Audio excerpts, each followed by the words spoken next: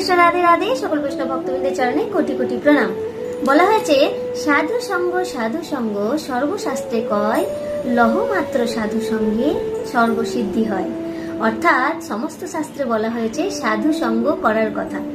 আর অবশ্যই আমরা চেষ্টা করব যে আমরা যেন সর্বদাই সাধু সঙ্গ করতে পারি। আর তার সঙ্গে কি বলা হয়েছে, লহ মাত্র সাধু সঙ্গে সর্বসিদ্ধি হয়। লহ আর অর্থাৎ আমরা 1 সেকেন্ডের 11 ভাগের 1 ভাগকে যদি আমরা সাধু সঙ্গ করি তাহলেও কিন্তু সর্বসিদ্ধি হয়। তাই আমরা অবশ্যই চেষ্টা করব যেন আমরা নিত্য সাধু সঙ্গ করতে পারি, তাই না?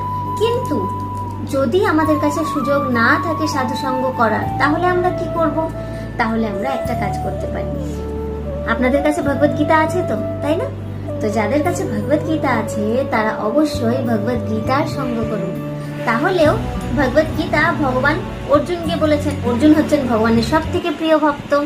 আর স্বয়ং ভগবান যে জ্ঞান দিচ্ছেন সেটা যেমন অর্জুনের জন্য তেমন আমাদের জন্য। অর্জুনের মাধ্যমে কিন্তু ভগবত গীতার জ্ঞান ভগবান আমাদেরকে দিয়েছেন।